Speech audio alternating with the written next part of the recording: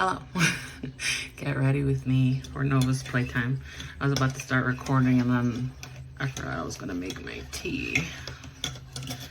We have my joy mug. So we're gonna play, have Nova's playtime. What do you need for playtime? You need joy. Or that brings joy. If you're looking for joy, highly suggest having your own type of playtime to imagine the world that you want to live in. Imagine the life that you want to have. And I do that. And I have hibiscus tea. And I also have this little tea holder thing that has some herbal tea that is aimed specifically for womb healing. I'm a big believer in that, in womb healing. And for us womb holders, you don't have to have a physical womb to do womb healing. It's still there energetically. And for me, the conditioning that I accepted of like feeling shame for my body, feeling shame for that, it's really helped me with that, with my confidence, with just embodying myself more instead of embodying what I thought I had to embody based on the conditioning and stuff I grew up believing and thinking of. So it's really helped me a lot. Okay. So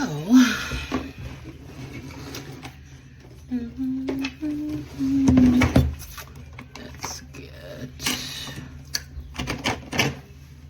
oh no, that's the wrong thing. Here we go.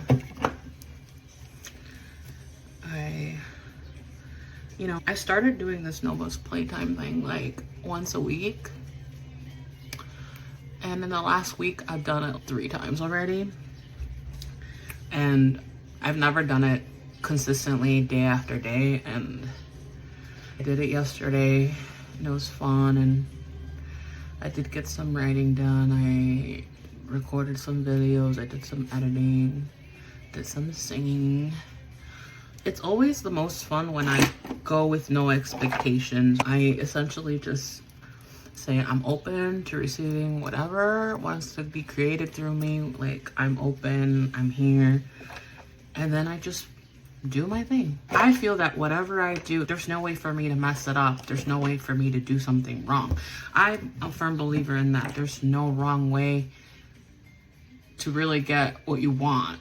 If you believe that's the right way for you to do it, then it's the right way for you to do it. That's coming from somewhere within you that no one else has. No one else experiences life the way that I do. So I make my own rules. It's about making your own rules and sticking to them and continuing to devote myself, continue to show up for myself in that way, in the rules that I created for myself, in the way that works best for me. And that's why I say that everyone's journey is different, because no one experiences life the way that you do, only you do. It's like you're the only one that can experience your life for yourself. So for me, it was deciding, how do I want to experience my life? And it all started after my husband died, and I've mentioned before that I went through this identity crisis of like, who am I now that Ricky is no longer here on earth? He was my whole world, which wasn't the healthiest to begin with. I can admit that now, but as women, we grow up being conditioned that a man is supposed to make our life better. And so that's what I believed in. Like, I had my husband, we had a good life together, we were planning for a future, and then COVID hits and he's gone. And it's like, what am I supposed to do with that? We still had a whole life ahead of us. We were planning to have kids someday. We were saving up to get our own home, you know. Who am I now? And I took a deep look within myself, and I came into this realization that at the end of the day, people come and go. Even people that love you, they will eventually leave because life happens. And I'm not saying, oh, don't trust anyone kind of way. No, please don't hold back. Love people as much as you can now, in a healthy way, obviously, right? Not in an obsessive way, but because tomorrow is never promised. And that's something that my husband's death taught me, is life is so fucking short. People come and go. At the end of the day, all I have is me. And I'm treating myself like shit. I'm talking to myself like shit, telling myself these stories, these things, and it was keeping me stuck. And at the same time, I was like, I would never talk to my best friend this way. I would never talk to my loved ones this way. Why am I talking to myself this way? And so that helped me start making changes about the way I was talking to myself, about my mindset. Because I had a very negative mindset. I struggled a lot with anxiety and depression, even more so after my husband died. I was already seeing a therapist before my husband died, because I was diagnosed with depression like 2 years before he died. And I was on meds, and we had just moved back to Chicago, to our hometowns, after living in Kansas City for 5 years. But I was like, all of a sudden I was like, we should move back home. We wanted to buy a home and we wanted to start a family. So we want to do that close to our families. And his dad lived in Chicago. My parents live in Chicago. We both wanted to be close to family to start that new chapter in our lives. My husband was the type that's like, whatever I wanted, he would want to make it happen. So it was my idea to go back to Chicago, and he's like, okay. It didn't take much convincing him. It didn't take much convincing him to move to Kansas City either, because at the time we were both living with my parents, and at the time the Chicago housing was just not in our budget. My husband had lost his job and he was working a part-time job, and I was unhappy. It just felt like I was moving through the motions and stuff, and I was considering Kansas City because there's people I knew there that I met through working at summer camp and stuff. And I had my godparents, who's my mom's sister, and her husband, and my cousins all lived in Kansas City too. So I'm like, well, we'll have some family there. We're not gonna be completely alone. And the housing there was a lot more affordable, and I wanted to start my life with my husband, and I feel like living at my parents was keeping me from doing that, keeping us from doing that, you know? So we did that, and he didn't easily just comply and was like, okay, yeah, let's go. He obviously thought about it. I even said, look, think about it. We had a wedding coming up. One of my friends was getting married who lived in Kansas City, so I'm like, let's go to this wedding.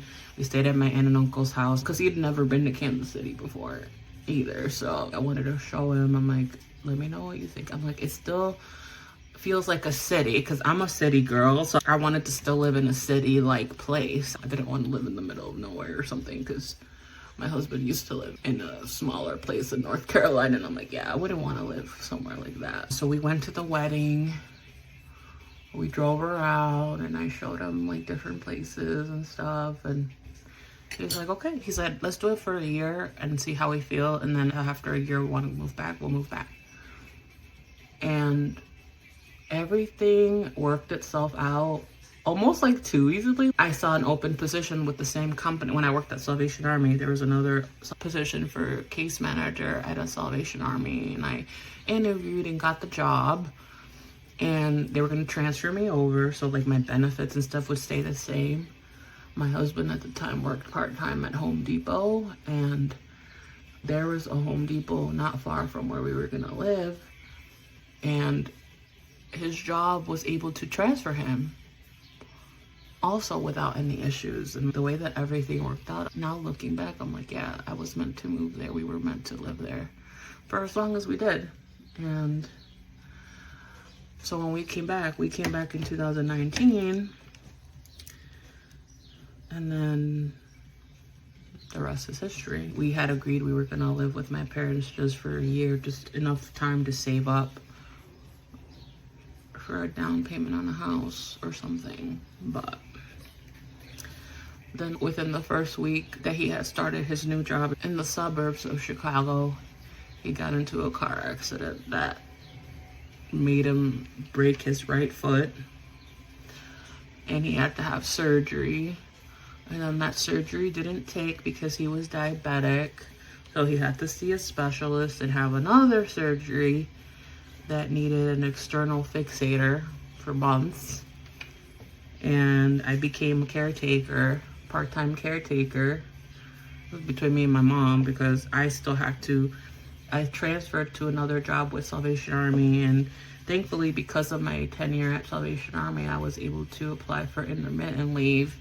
So I was working, essentially was working part-time, because I had to take him to his appointments and stuff. My mom would help when she could because she worked the second shift, so she would make sure he was fed before she went to work, and then I would get home and feed him dinner, because we lived in the basement, so for him it was a struggle to go up and down the stairs. We didn't have a kitchen downstairs, so it was honestly probably one of the hardest times in our marriage that we've ever had.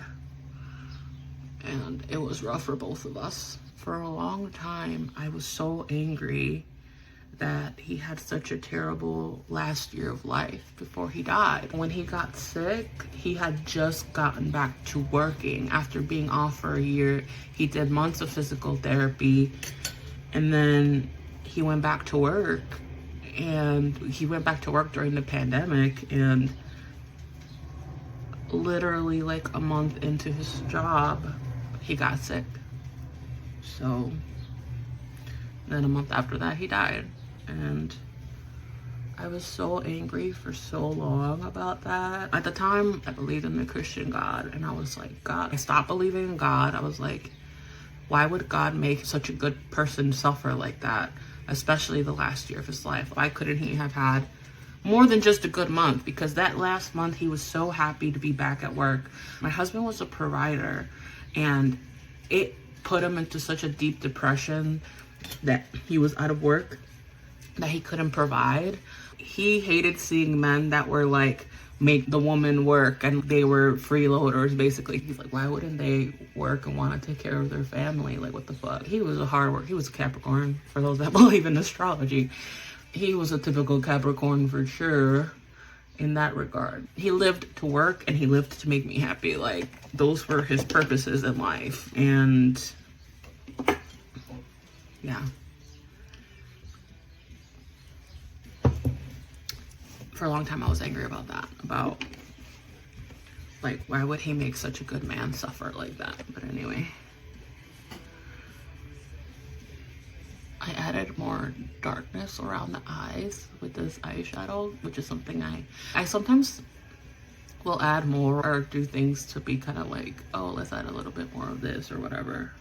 Something I had never done before, but I think this look is pretty solid. I think adding the darkness around the eyes gives it this like, because the things I've been writing about have been about my journey, my healing journey, my grief.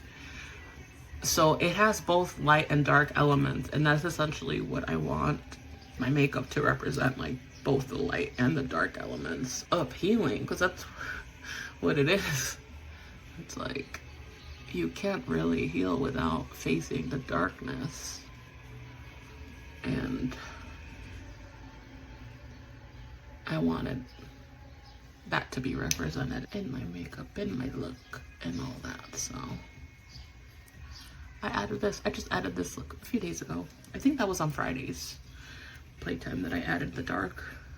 And I added at the bottom too, because one time when I was doing this look, I started crying. I almost always cry when I have this look, because I feel like emotions come up for me to alchemize through my art, through my creation and stuff. And one time after I had finished doing the look, I started crying, and it created these like dark circles under my eyes. And so now I'm like, oh, well, let me try to recreate that. I mean, it's not gonna be exact at all. It doesn't have to be. That's also what I like about this look, is it's imperfect. It's not neat, it's messy. Just like healing is. Healing is messy. It's messy, and It's not linear, but I wanted that to be represented too with my look. But okay, I'll do that. And then we'll do the liquid eyeliner.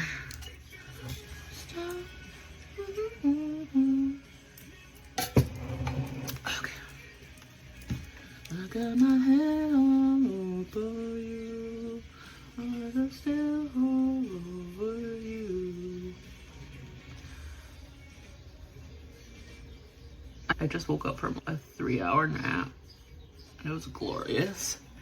But I get kind of stubborn when it comes to taking naps sometimes. Like, I went to get my eyes tried this morning, and it's a beautiful day. It's really windy today, but it was 69 this morning, and then it's supposed to, the high today is supposed to be like 70, 71, 72 or something like that. And so I went to get my eyes tried. I walk over to the cafe that's a few blocks away. A little morning walk routine that I do, not every day, but mostly every day. I wouldn't say maybe every other day or something. A few times a week at least. I get my eyes tried and my spinach croissant. And then I got back and it was like, oh, it was like nearly 11 by that point, and I was starting to feel kind of tired, but I was like, nah. I'm still fighting that conditioning of like, resting makes me lazy or unproductive or whatever. Resting is just as important as producing and creating. I feel like we don't realize, because our subconscious mind is always working, and it especially works when we're asleep. I like to view my brain as a computer. And so every time I make a decision, every time I have ideas or whatever, which I had ideas at the cafe because I had some lyrics came through while I was there and I wrote them down and stuff. Sometimes my brain needs me to sleep to process the stuff that the changes I made or the decisions I made or whatever. I call it integration. It's called integration. And our bodies need time to integrate. Those decisions that we're always making, the things that we're creating, our bodies need time to process that and to process those changes that we're making. And we do that through rest. It's like allowing a computer to update. And so if we're constantly going, and not taking the time to integrate and to let those updates load, that's how burnout happens. That's how different things start happening, especially burnout. Burnout is a big one, a big sign that you need to sleep and process, let your brain process the things that you've been doing. Because for me, I view my environment as a projection of my brain with the things that I'm deciding and believing and thinking. And so, yeah, I need time to let that stuff process. And we were conditioned to always go, always be distracted. I was even thinking too, like, going again with my video game metaphor that I like to use, like nature, going out in nature, it's like recharging your, you know, when the video games have the little bar of like your life where it's like eventually the character will die because it keeps losing energy or whatever. I view nature as that recharge. It helps recharge that energy. It helps with that. It helps move like the energy around your body. It helps even with inspiration, with ideas. Like, I personally like to talk to the trees sometimes. I'll touch them, things like that. That all is part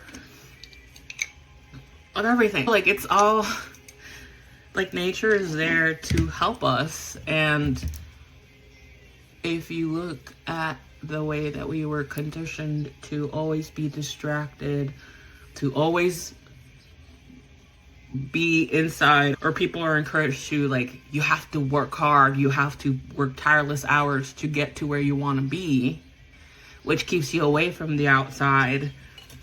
But that also creates burnout. That also creates stress and things that stay stuck in your body, instead of going out for a walk in nature to unload that stuff, to regain your energy. You know what I mean? I don't know if there's a scientific thing for that, but that's just, to me, it's common sense. At this point, for me, it feels like common sense because I always feel so much better when I go outside. I go on a walk every day, and I try to start my day with a walk because, I don't know, my ideal day starts with an orgasm or two and a walk. To move that energy around, it's like a way to prepare my body for whatever is gonna happen today. Do I always know what's gonna happen? No. All I had planned was to do Nova's playtime. I actually was not planning to take a nap, but then I got home and I was like, you know what? I feel tired. My eyes were feeling heavy. And it's funny, I tried scrolling a bit first before I did, and the video that came up was about resting. or resting is rebellion against the patriarchy or something like that. And I was like, okay, fine. Like, I turned off the phone and I went to bed. I closed my eyes and I fell asleep. I don't know. I feel like sometimes my guides get loud like that. I'm like, girl, go to sleep. You need to update. I don't know. That's how I like to view the world for me. I feel like my guides send me signs, or even sometimes my higher self, right? Of like, girl.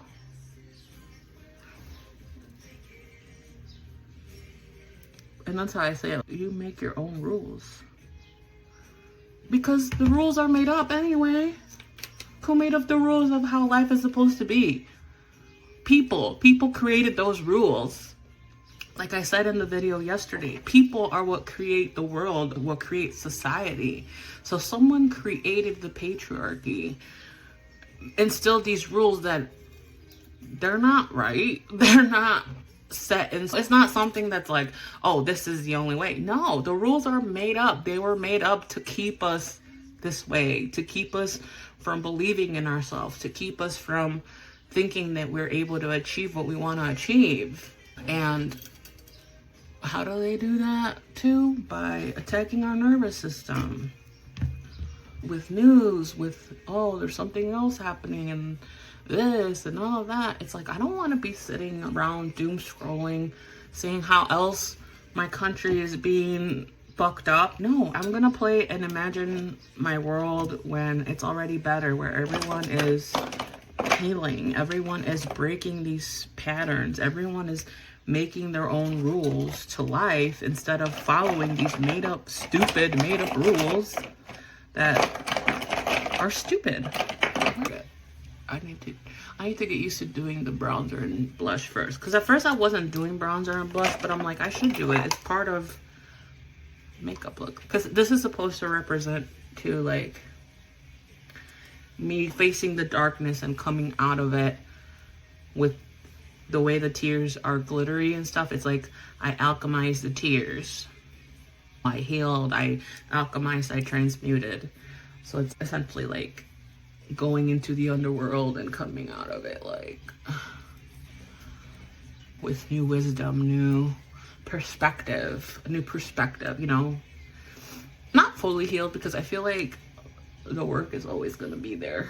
I don't know. I don't like to view healing as, oh, there's something wrong with me that needs fixing. I just view it as, okay, if I want to become the best version of me, I have to face the things that are keeping me from that.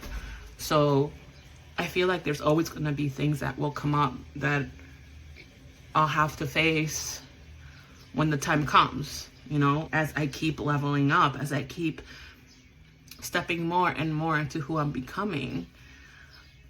Things are going to come up that I'm going to have to address. If we're viewing at it as a video game, right? As I keep leveling up, more challenges are going to come my way of like, okay, am I going to keep standing as who I say I am?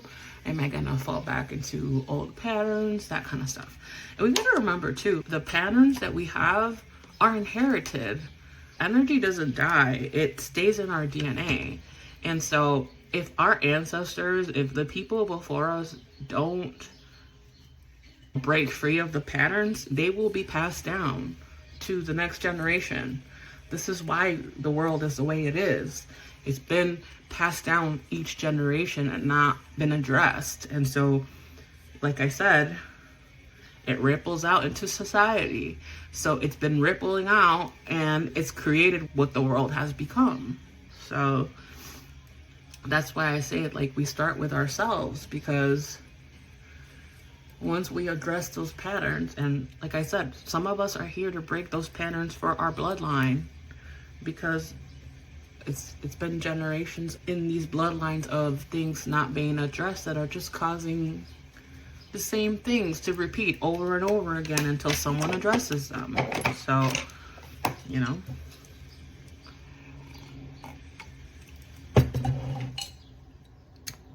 Okay, we got the mascara. Oh, the eyeliner.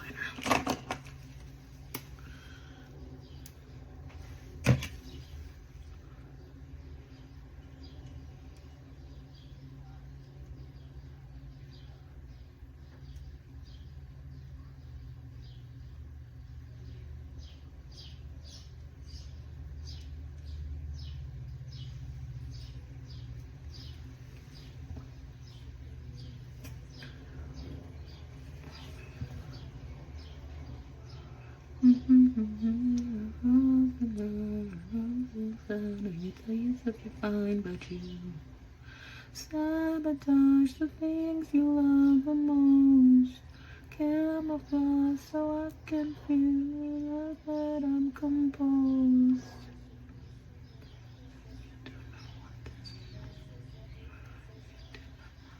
It's just the anger.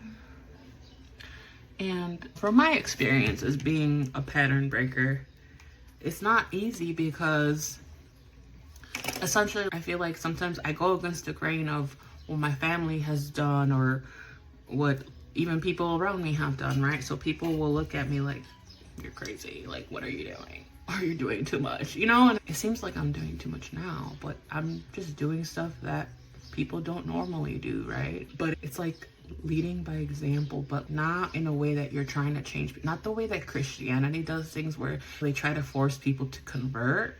Not like that at all. It's more like living my life how I want to live it, and people will get curious. People will be like, how does she do it, or whatever. That will inspire change in others.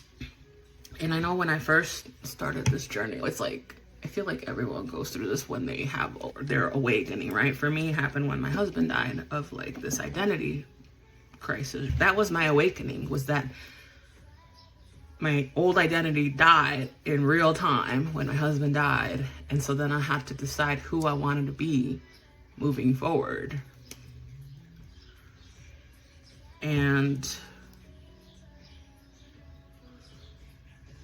But that also opened my eyes to a lot of things, to the patterns and things like that. And that made me want to tell everyone, this is how it really is. This is how life actually works, not how we were taught it is. And people aren't going to listen to that. People are going to view you as crazy, as whatever, right? But what I've understood now is people go through their own journeys, their own things. You can't force an awakening on someone. You can't force someone to see the things that you see the way that you see them, because they haven't been through the same life experiences as you. So for me, my grief helped me see the things. My own journey helped me see that, my own life experiences. But like I said, only you live the life how you live it, right? So other people have their own perspective on life based on their own experiences. So if they haven't experienced something that you've experienced, they might not see things the same way that you do, you know? And I feel like that's what happens, and I learned that the hard way. And I feel like that's just part of the journey itself, honestly. It's like learning that and then realizing, okay, no, I'm just gonna focus on me and my journey and just work on embodying what I'm talking about and let people see for themselves. Let them see for themselves by witnessing what I'm creating, witnessing what I'm doing with my life. You know what I mean? That's how people really make changes, is by feeling inspired by others. And I feel like that's how life works. That's how life is. We get inspired, we get motivated by other people's stories. I talked about that with music. For me, it was music. Music changed my life in so many ways and was there for me when I felt alone, when I felt misunderstood, and music transformed me. And that was because other people told their story through music.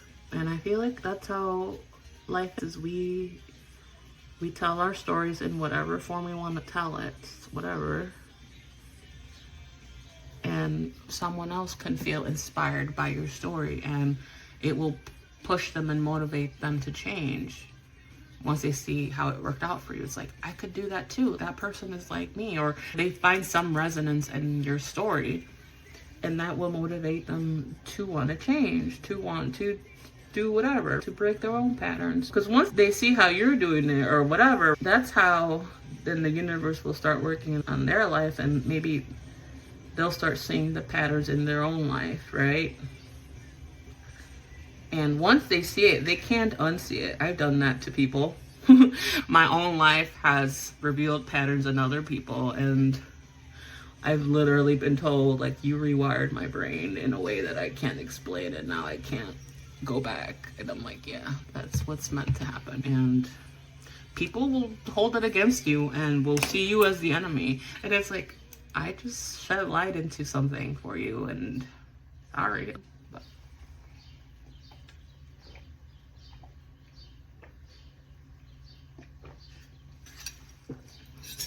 such is life, and it was painful sometimes because these were people that I really cared about and loved, but they just couldn't handle it, and they couldn't handle the truth, and they would rather live in ignorance or whatever, you know? I don't know. I'm not gonna make assumptions of how they're living their life now, because I have no idea, but it was enough for them to not want to be part of my life anymore because of whatever, right? They made me the enemy. They made me the one that's whatever, you know?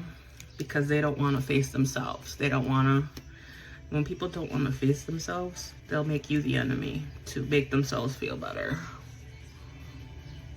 Because it's hard. It's hard to actually take the steps to change. It's not easy, especially if you've been living your life a certain way. So I don't blame them, and I don't hold any resentment or anything. I did for a minute, but I don't anymore because I understand. But that doesn't mean, just because I understand doesn't mean I still want them as a part of my life, or especially if they're gonna be the same way that they've always been. You know what I mean? They're not willing to change and be at my level, then I'm not gonna entertain it, because I don't settle for less anymore in my friendships or relationships. Especially because after being married and having a husband that adored me and essentially lived to make me happy, my husband was one of a kind, and he was a rare find. So I'm just focused on me. I'm focused on me and continuing to just pursue the things that I love, do the things that I love to do. Let people have their misunderstandings about me. Like I said before, I'm tired of explaining myself to people, or of trying to let people see things, or try to get people to see things my way when they refuse. When people already have assumptions about you, it's hard to change that, especially when they live in denial about their own patterns and their own things. So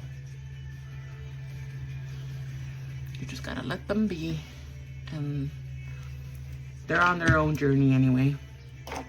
So let's do the glitter.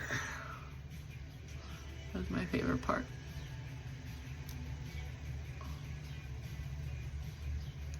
Maybe I should use the mirror. There we go.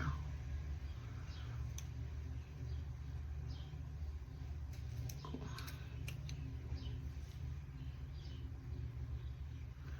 I forgot what brand this is, but it's that brand from the Euphoria makeup artist.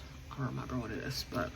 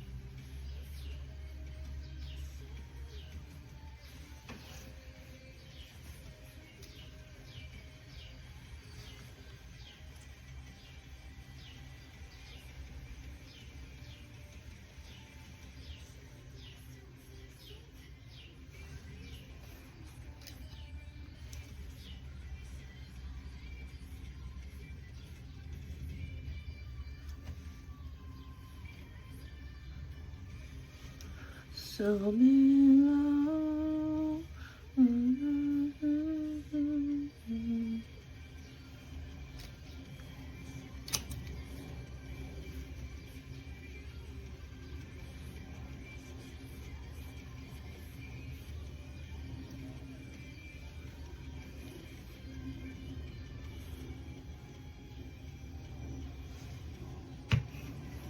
Cool. Oh, let me put some up here. I like to put some on top of the wing too.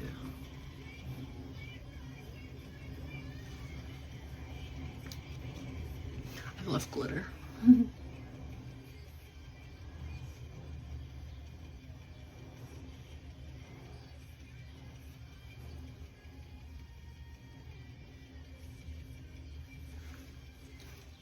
Beautiful. Doesn't look like I've been crying. Okay, my lashes.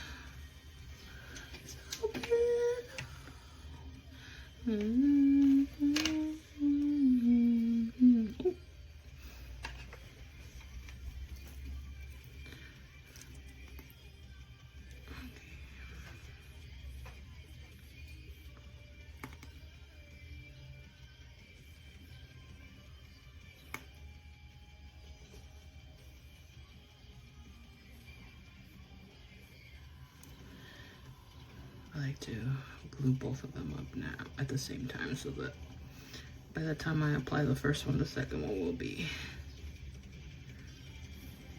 ready. Because these are harder to, they're like stiffer because of the shape and all that.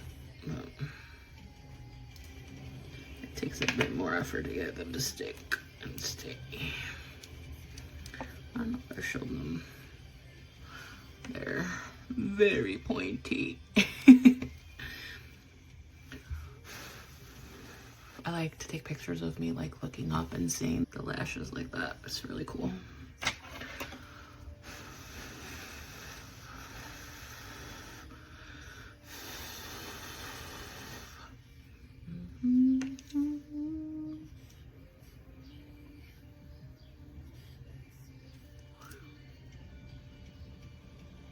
It's like I do it on one side and let that stick, and then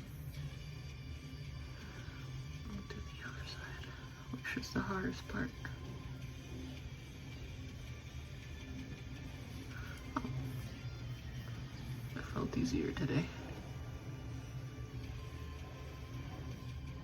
Thanks for cooperating with me, lashes.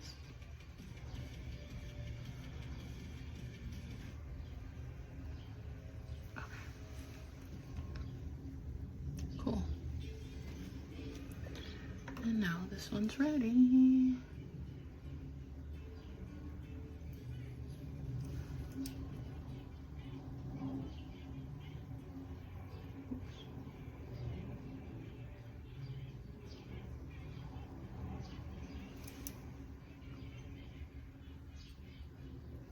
I still see shadows in my room. Can't take back the love that I gave you. Now that I hate you, but I will you, so I must replace you. Easier said than done. I thought you were the one. Listen to my heart instead of my head. I'm better when I won't let you forget me. I still see your shadows in my room. The love that I gave you. Love that I hate you. Easier said than done. I thought you were the one. Listen to my heart instead of my head. I'm better when I won't let you forget me.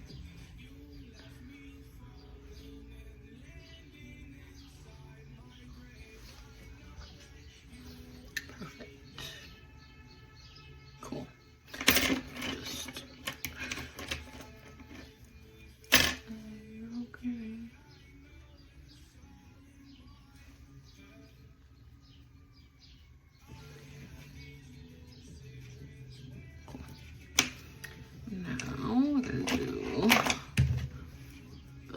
I like to do black lip liner. It's this black glittery. It's not really a lip liner. It's from this About Face Beauty combo, which I love this eyeshadow, but I don't really use this as an eyeliner.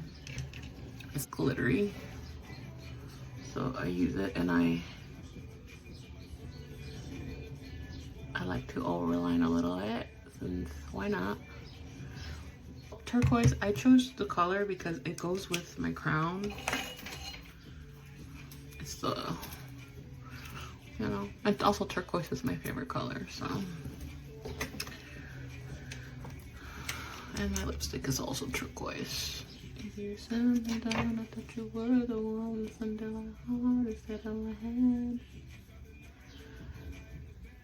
I won't let you forget me.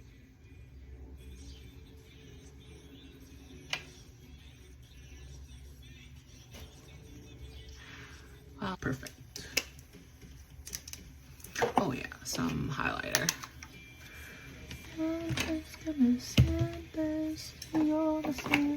I like to put a little bit of lash glue.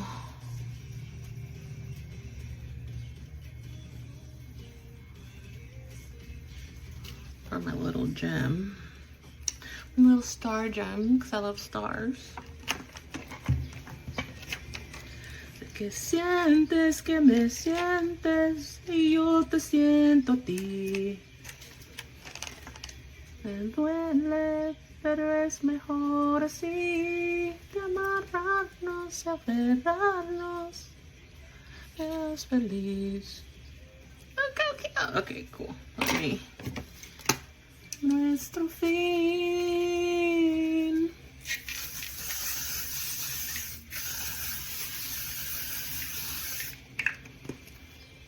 And there we have it. So let's go have some fun. Thanks for watching.